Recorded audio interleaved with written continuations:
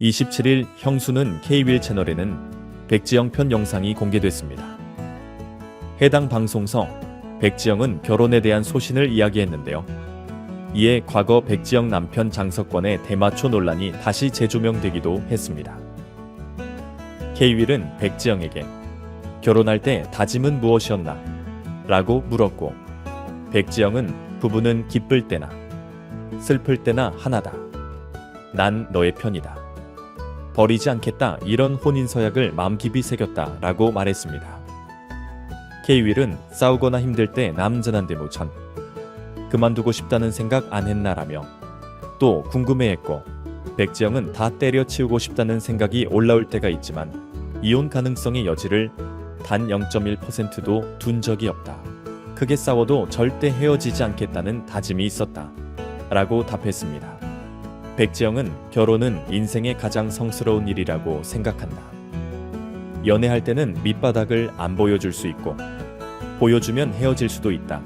하지만 결혼은 밑바닥을 보여줄 수밖에 없는 상황이 100% 생기고 헤어지면 안 된다. 이혼을 하면 안 된다는 얘기가 아니라 너무 힘들면 해야 한다. 이혼에 대한 결정은 결혼 생활을 유지하는 것보다 훨씬 힘든 결정이라고 생각한다라며 생각을 밝혔습니다. 그러면서 부부는 한 팀이다. 부모님과 헤어질 수 없는 것과 같다고 본다. 남편과 나는 우린 전우애가 있다 라는 말을 하곤 한다. 네가 결혼을 해서 이걸 느끼길 바란다. 너무 행복한 기분이고 아이까지 더해지면 더할 나위 없다라며 K윌에게 결혼을 강력 추천했습니다. 백지영과 정석권은 2년여의 열애 끝에 지난 2013년 결혼했고 슬에 딸 하나를 두고 있습니다. 백지영은 1976생으로 올해 나이만 48세입니다. 남편 정석권은 1985년생으로 올해 만 39세이며 백지영보다 9살 연하입니다. 과거 백지영은 자신의 유튜브 채널을 통해 정석권과의 첫 만남 일화를 공개한 바 있습니다. 해당 방송서 백지영은 결혼해서 제일 좋은 건 연애 안 해도 되는 건 이라며 제가 연애에 소질이 없다라고 말하며 정석권과의 첫 만남을 묻는 말에 나한테 친오빠 같은 스타일리스트가 있다. 어느 날 신인 배우랑 잡지 작업을 했는데 내가 좋아할 스타일이라고 소개해 주더라며 꼭 만나야 한다고 해서 알겠다고 했다. 라고 회상했습니다. 이어 만나기 전에 인터넷으로 조사했다. 나이가 너무 어리더라. 고민하다 만났는데 좋았다. 그런데 나이 차이가 나서 이건 아닌가 싶었다. 며 그러다가 만난 지 얼마 안 돼서 서로의 마음을 확인했다. 라고 설명했습니다. 백지영은 자꾸 만남이 연결돼서 3년 연애하고 결혼했다. 그런데 결혼하고 났더니 말이 너무 많다. 며 서로 한참 일 얘기를 침 튀기면서 해놓고 내가 여보 이제 자자라고 하면 우리는 대화가 너무 부족하다더라 라고 말해 웃음을 안겼습니다. 한편 백지영 남편 정석권은 과거 대마초 논란에 휩싸여 큰 충격을 안긴 바 있습니다. 정석권은 2018년 2월 호주 멜버른 한 클럽 화장실에서 고등학교 동창인 한국계 호주인 등과 함께 대마초를 투약한 혐의로 2019년 8월 징역 10개월에 집행유예 2년을 선고받고 자숙기간을 가졌습니다. 당시 정석권의 소속사 CGS 엔터테인먼트 측은 정석권이 대마초 투약에 적발돼 수사를 받았다면서 정석권은 한 번의 잘못된 선택으로 많은 분들에게 실망을 안겨드려 죄송스럽게 생각하고 소중한 가족들에게 상처를 준 것에 대해 깊이 뉘우치고 있다 라고 사과의 뜻을 전했습니다. 이후 정석권의 아내인 가수 백지영 역시 사과했습니다.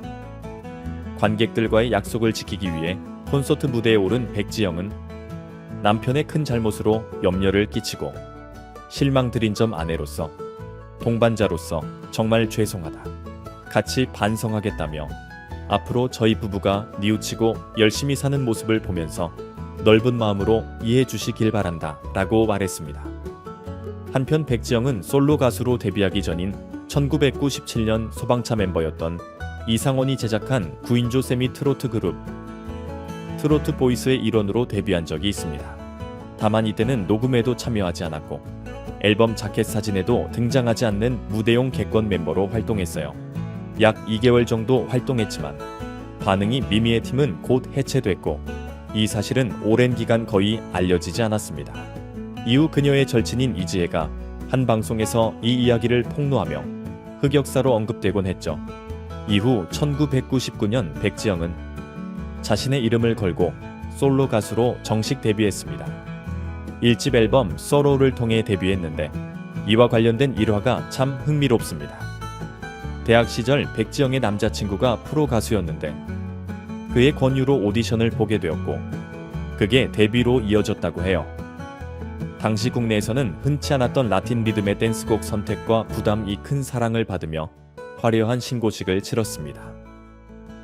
한편 데뷔 전 예명으로 백장미나 백미르 같은 이름이 고려되기도 했지만 결국 본명으로 활동하게 되었죠. 다행이라며 웃어넘기는 그녀의 모습이 상상이 되네요. 사실 백지영은 댄스 가수로 데뷔했지만 춤에는 크게 소질이 없었다고 합니다. 그녀의 춤 선생님이었던 안무가 홍영주는 내가 가르친 연예인 중 백지영과 아이비가 몸치로는 최고였다 라고 증언하기도 했어요. 원래 백지영은 발라드 가수로 데뷔할 예정이었고 타이틀곡도 발라드로 정해져 있었습니다. 그런데 제작자가 리키 마틴의 성공을 본 뒤 급히 방향을 바꿔 댄스 가수로 데뷔시키기로 결정하면서 앨범에 있던 라틴 댄스곡 선택이 데뷔곡이 되었죠. 안무가 홍영주는 이 결정을 들은 뒤 발라드로 가면 안 되겠냐라고 다시 제안했지만 제작자가 강하게 고집했다고 합니다. 2021년에는 백지영의 데뷔와 관련된 잘못된 정보가 방송에서 전해지기도 했습니다. 한 방송에서 백지영이 작은 바램으로 데뷔했다고 언급했는데 사실 작은 바램은 데뷔곡이 아니었습니다. 원래는 데뷔곡으로 계획되었지만 계획이 백지화되고 최종적으로 선택으로 데뷔한 것이죠. 다만 1집 활동 막바지에 작은 바램으로 2주간 추가 활동을 했던 적이 있어 오해가 생긴 것으로 보입니다. 백지영의 공식 데뷔곡은 선택이 맞습니다. 이렇게 춤을 못 춘다는 이유로 발라드 계획이 취소되고 라틴 댄스곡으로 데뷔하게 된 백지영의 데뷔 이야기는 지금도 흥미로운 에피소드로 회자되고 있습니다. 백지영은 데뷔 전부터 안무가 홍영주와 인연이 깊었습니다. 두 사람 모두 강한 성격을 가지고 있어 연습 과정에서 자주 부딪히기도 했지만 오히려 비슷한 성격 덕분에 금세 친해지며 절친한 사이가 되었다고 해요. 이 인연 덕분에 홍영주는 안무가로 활동하던 6, 7년 동안 백지영의 대표곡 대부분의 안무를 책임질 정도로 중요한 파트너가 되었습니다. 일뿐만 아니라 사적으로도 시간을 자주 함께 보낼 만큼 가까운 사이였다고 합니다. 그렇게 우여곡절 끝에 백지영은 1999년 7월 1일 첫 앨범을 발표하며 데뷔하게 됩니다. 데뷔곡 선택은 사실 리메이크 곡으로 원곡은 1997년에 발표된 유민성의 노래였어요. 당시 한국 가요계는 라틴 음악에 대한 관심이 조금씩 높아지고 있었고 백지영의 선택은 처음에는 큰 주목을 받지 못했지만 점차 순위권에 진입하며 인기를 얻기 시작했습니다. 결국 10위권 안에 자리 잡으며 주목받게 되었죠. 1999년 가요계의 트렌드는 엄정화의 몰라실라를 필두로 한 사이버 테크노 열풍이 대세였는데 백지영은 경쟁이 치열한 테크노 장르 대신 라틴 음악이라는 새로운 시장을 먼저 공략했습니다. 이 전략은 제작자의 뛰어난 감각이 돋보인 선택이었죠.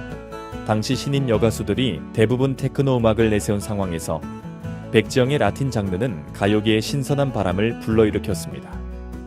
특히 허스키한 목소리와 털털한 성격은 백지영만의 독보적인 매력을 만들어줬습니다. 백지영의 절친한 동료인 체리나도 그녀를 춤을 추면서도 라이브를 잘하는 놀라운 가수라고 평가한 바 있습니다. 데뷔곡 선택에서는 1절 간주 부분에 나오는 탭댄스 스텝이 특히 주목받았는데 단순한 율동 수준을 넘어 상당히 난이도 높은 퍼포먼스였다고 합니다. 이러한 퍼포먼스는 2집 타이틀곡 셋 살사에서 더욱 화려하게 발전하며 백지영의 잠재력을 폭발시키는 계기가 되었죠. 뿐만 아니라 예능에서도 백지영은 신인답지 않게 당당한 모습을 보여주며 단순한 가수가 아니라 다방면에서 활약 가능한 재능 있는 인물로 주목받았습니다. 그녀의 솔직하고 자신감 있는 태도는 이후 등장한 실력파 예능형 가수들의 시초로 평가되기도 합니다. 이렇게 백지영은 데뷔와 동시에 남녀노소에게 호응을 얻으며 가요계에 자신의 자리를 확실히 잡았습니다. 이번 영상 여기까지입니다. 시청해 주셔서 감사합니다. 많은 의견을 남겨주세요. 그럼 다음 시간에 또 만납시다.